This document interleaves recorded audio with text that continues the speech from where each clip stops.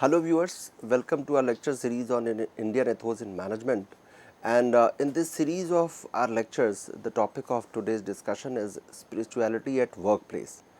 Now, when we talk about spirituality and that too at workplace, it raises so many questions in front of us as a researcher, as a student. So, keeping that in mind, I just thought that why we need spirituality at workplace. What is the need of spirituality at workplace? What are the forces behind growing significance of this very concept of adding spirituality at your workplace where your employees are working or where we are working together? And what are the value framework of workplace spirituality? That is something which I have kept as an agenda of today's lecture of mine. So let us start with why spirituality at workplace. We all know that the majority of our waking hours they are spent at work.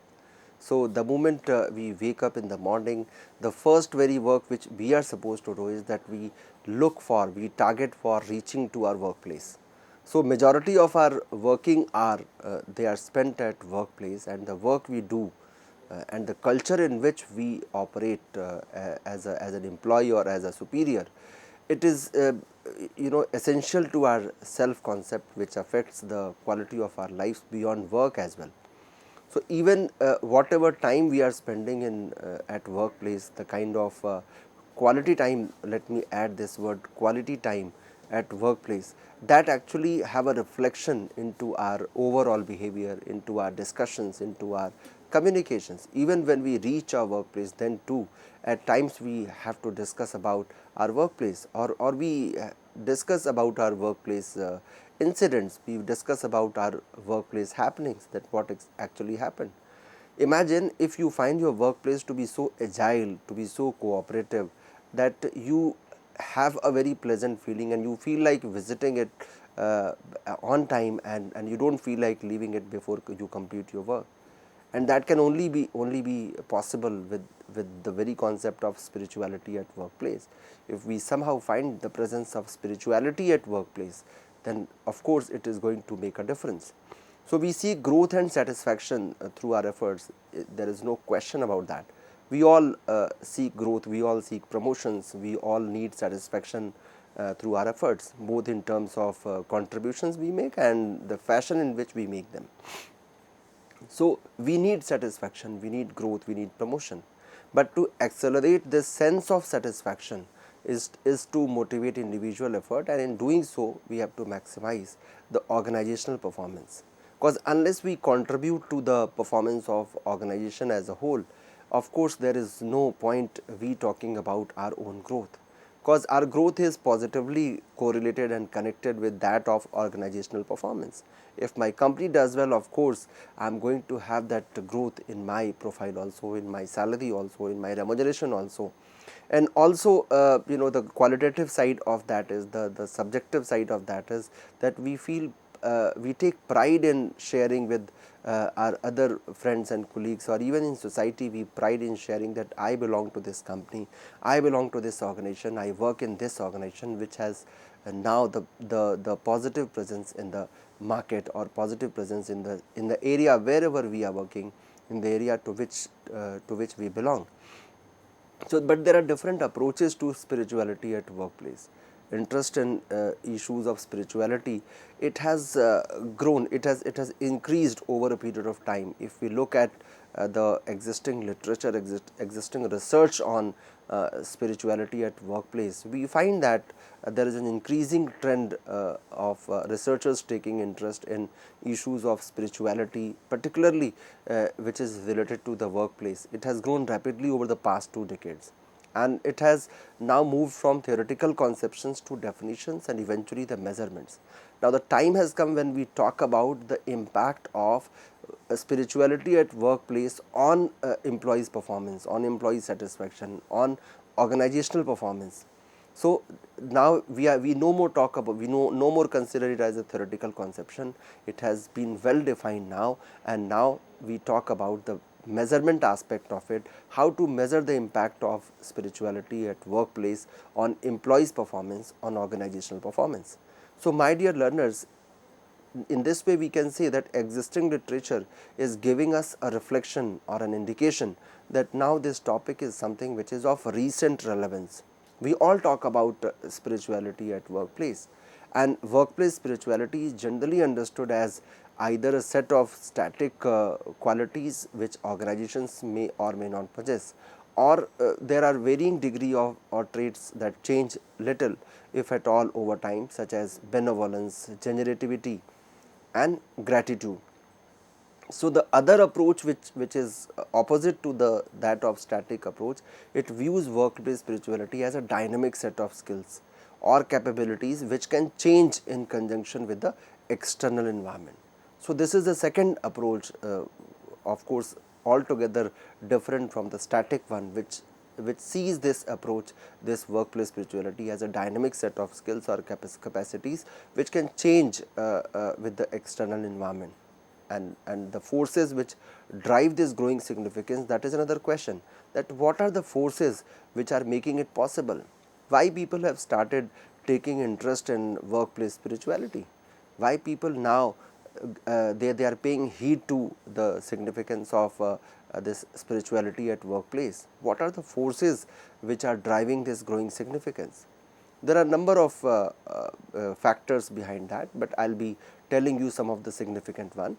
The first one is a recognition that younger and subsequent generations, they are going to place emphasis on inner life satisfaction as much or more so than materialism and promotions. Now we are finding a generation, we are witnessing a generation which is no more confined to that material success only. They don't only look for the promotion only, but they also look for what am I, what I am going to get out of my this performance, my job. So they are putting greater emphasis on inner life satisfaction, that whatever I am doing, whether I am adding some value to my personality or not, whether it is giving me some sense of satisfaction or not, because they belong to a generation where material success is something which is a bare minimum requirement to survive. Or with the passage of time, since they have grown so much so that they have not seen that poverty, they have not seen that scarcity. These are the generations of, at least we can say that they are seeing the prosperity, they had witnessed prosperity, and they have got quality education, and after completing their education, whatever profession they are choosing, they are selecting, they, in that what they are searching for is, that is inner life satisfaction. So this can be one of the most important force which is driving the growing significance of spirituality at workplace, because now we no more find an employee who is joining our company for only a material success, or for only the promotion, or they are not taking it as a source of their livelihood, earning their livelihood. They are finding it a place where they can make some significant contribution for the betterment of society, for the betterment of nation, for the betterment of organization. So they are basically, this generation is actually, they are having a different set of expectations, and because of that there is a growing significance of this spirituality at workplace. The second is, the evidence that workplace spirituality has a positive impact on certain components. For instance, it has positive impact, or researchers have indicated, they have ratified that the workplace spirituality, it has a positive impact on motivation of your employees. It has positive impact on productivity, efficiency, and also the financial outcome of that specific business enterprise. So since this is positively, it is positively affecting the desired outcomes, then why not pay some attention to this concept of spirituality at workplace? Why not we contribute? Why not we look for making our workplace a better place to work together and better place to live? So this is another force which is driving the growing significance of spirituality and workplace at workplace. The field is very much a developing paradigm, and often researchers, they need to educate readers about the topic as they are reporting their findings. So very often they are indicating, they are giving a reflection that yes, this is an area where you can if you work in this area, in this direction, then of course you can positively affect your motivation, productivity, efficiencies and financial outcome. And this is what a leader wants from an organization. Whenever you are in a leadership role, you want that you should have positive impact on these parameters. And spirituality at workplace is something which is positively affecting it, as the researchers have indicated.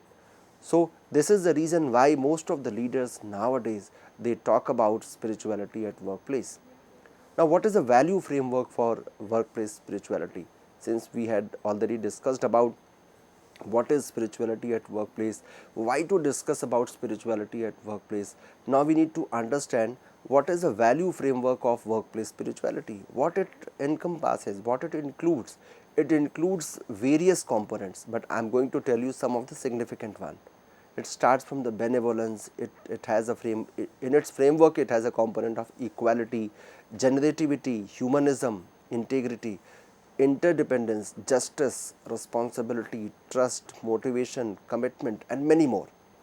But these components, they are creating a huge framework, a very strong framework of workplace spirituality. Workplace spirituality includes all these, whether it is benevolence, or it is equality, or it is humanism, or it is integrity. You cannot say that workplace spirituality means we are only getting spiritual, we are only looking for a component of God fearing person at a workplace, because most of the learners, when we teach this topic of workplace spirituality, they feel that a person should be God fearing, and that is why you should not do anything wrong. That is one thing that is very much in place. But there are various other components which includes interdependence, which includes justice, which includes responsibility, motivation, commitment. So I'll be telling you each of these significant components which actually create a value framework for workplace spirituality, because unless we understand this entire framework, we can't understand the significance of spirituality at workplace, or what you call as workplace spirituality. So let us start with the first component of this framework, that is benevolence. Now, what is benevolence? When you demonstrate kindness towards your subordinates, or towards your colleagues, so kindness towards others coupled with impetus to foster the happiness and prosperity of your employees and other stakeholders, that is called benevolence. So benevolence means you are demonstrating, in your behavior you demonstrate kindness towards your subordinates, kindness towards your colleagues, which is coupled with the impetus to foster the happiness. You want that everyone should be happy. So I want as a leader that all my subordinates, they should feel at ease while performing their duties. So I need to demonstrate kindness towards others, that is called benevolence. And this kind of behavior, when I as a leader I become benevolent, this kind of behavior, it actually generates positive emotions in my subordinates. And of course, once they have positive emotions or positive feelings among employees, it increases their positive attitudes about work. So they take that, they consider that work to be that of their own. They actually feel a sense of belongingness towards the organization, and whatever is the goal of organization, that automatically, or that in an obvious manner becomes your personal goal. So there is a connectivity between the organizational goal and that of individual goals, just because of your leader, your boss, your superior becoming benevolent. By merely demonstrating this kindness towards others, actually it creates a difference. And this kind of behavior generates positive emotions, and it costs nothing. It only, what all it need is your positive attitude about work. If I have positive attitude about the work of my company, then of course, or my organization, then of course my subordinates, with my reflection, with my demonstration, of course they would also reach to that level where they have a positive attitude about work. And if they have positive attitude about work, of course the productivity is bound to increase, organization is bound to gain success. So benevolence has its own role to play. And most of the researches, there are a number of researches, they have shown that employees who have shown organizations demonstrating benevolence, they have higher motivation towards task accomplishment, and there is a data in this regard which indicates that 86%, they are 86% more productive. There is a quantified result for that from one of the researchers, that they are 86% more productive than those in organizations where benevolence is absent. So there is a research, there is a study which approves that the organization which follows benevolence, where the benevolence is present, your result is, your accomplishment is 86% greater than that organization where they don't follow benevolence. So it actually clearly underlines the significance of benevolence as a important component at your workplace, and that is the first component of the value framework of spirituality at workplace. The second one is equality. In this framework or value framework of spirituality at workplace, the second important component is equality. We all understand, we all know about equality, that everyone should be treated at par. Whosoever is working in my organization, regardless of their hierarchy, their position, they are given the equal right to speak. So any company, any organization operating with the value of equality, it actually treats all employees as inherently worthy and equivalent in all matters, regardless of their lifestyle orientation, regardless of their demographic or hierarchical position. So whether you are at the top in the hierarchy, or you are at the operating level in the hierarchy, I won't use the word lower level, we call it operating level. Either you are at the top level or you are at the operating level in hierarchical position. Regardless of that, each and every employee is considered to be significant one, and they are not only considered significant, but also their inherent qualities or their worthiness is being honored in all matters. So if we do so, that is the real meaning of equality, that is the real meaning of treating all employees at par. So suppose if I am working in an organization where at operating level there are certain employees, so I should not discount their contribution. Whatever quality they have, whatever worthiness they have, they are supposed to contribute towards the performance of our business operations. So we cannot demean their role. So they should be treated equally, regardless of their lifestyle, their orientation, their demographic situation, or their hierarchical position, and that is the real meaning of equality. So employees, they feel respected. If you follow equality in your company, what is the outcome? Outcome is your employees will feel respected and valued, and they would feel as if their voice in organization matters is important, that in whatever matter we are having a discussion. So all matters, for all matters of organization, their voice is supposed to be important. If they have this feeling, then of course the result is going to be very positive. And when I say result, I am not only talking about the material results, I am also talking about creating an organization which is par excellence, where all employees, they are finding the workplace to be a better place to work together. So that is actually something which seems to be a dream for many of the employees, but actually it is a reality. If we follow equality, if we follow the value framework as suggested by various researches, I am simply showing you these components out of different researches which have been conducted in this field, in this area.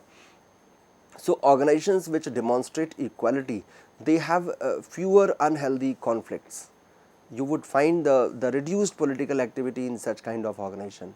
You would find no presence of gossip into these organizations. People won't gossip, and the higher levels of collaboration and mutual support is visible in such kind of enterprises.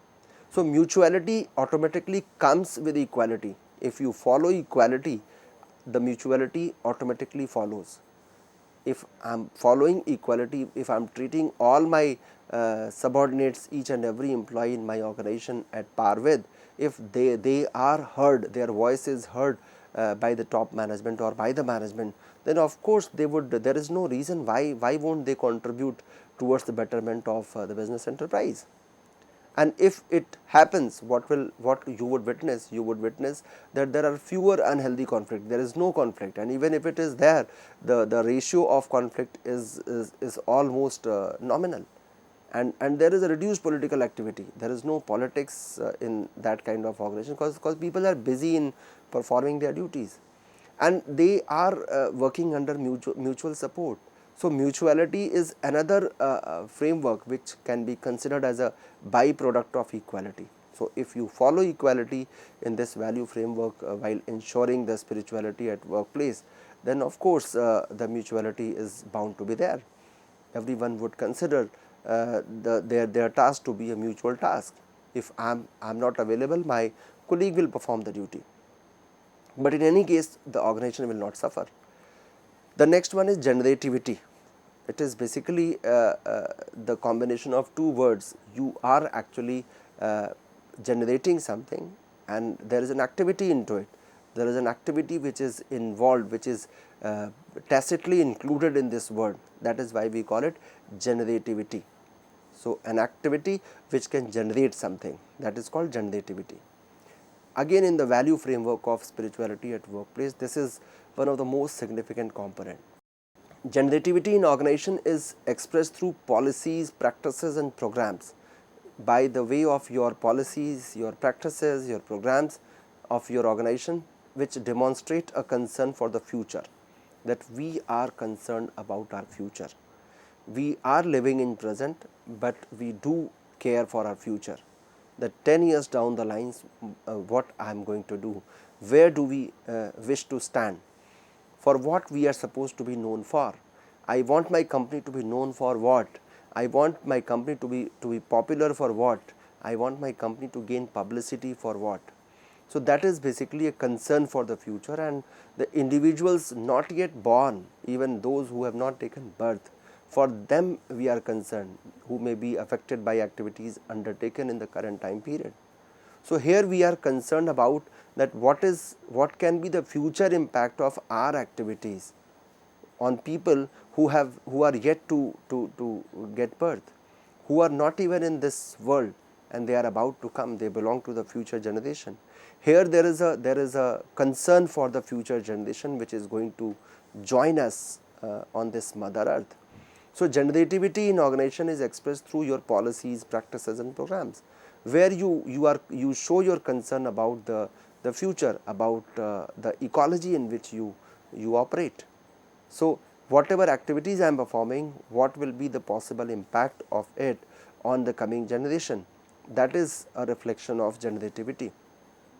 So organizations which are high in generativity, they are proactive in leaving something behind for those who follow.